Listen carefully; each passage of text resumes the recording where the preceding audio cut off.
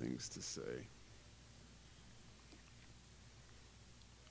Thank you very much for having me. I always am surprised when people are surprised that I was in the military before I decided to make an earnest attempt at becoming an actor, probably because on the outside, the acting community and the military community couldn't be more polar opposites, and they are opposites in many ways. I remember describing to my friends who were in the Marine Corps still when I was in acting school, what I did all day was basically wear pajamas and find my inner color, and had this one acting exercise where we actually gave birth to ourselves. And trying to explain that to them, I could tell that there is obviously a disconnect between what was happening in my day-to-day and their day-to-day.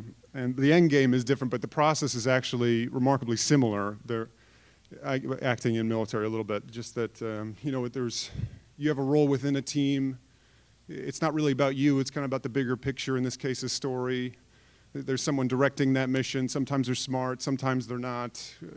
The discipline, the self-maintenance, the throwing basically a bunch of people together who don't know each other and forcing them to be intimate in a short amount of time. It's all very similar to acting, and that's not really a new idea. That goes back to, well, it goes back to the Greeks, I guess, of Sophocles and Aeschylus, all those guys writing plays who were military generals. You had to be elected military general, and they also wrote plays for a military audience. You know, Athens, all at war at 6 fronts at the time, so you had people in the military watching plays written by generals about what it was like to be in the military.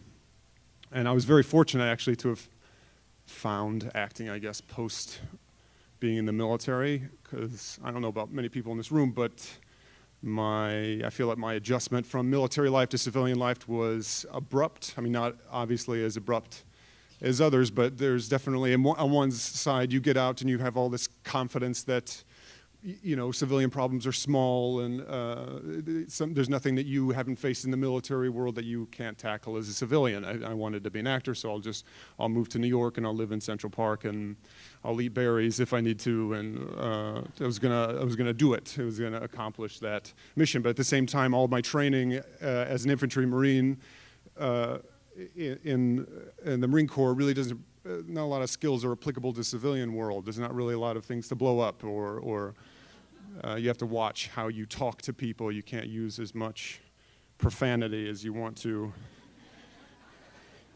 Even in a speech, it's really challenging. All these things are messed up. Anyway, but I found acting, and that was very fortunate for me, because for the first time, I was able to put words to feelings, and for me, that was very important.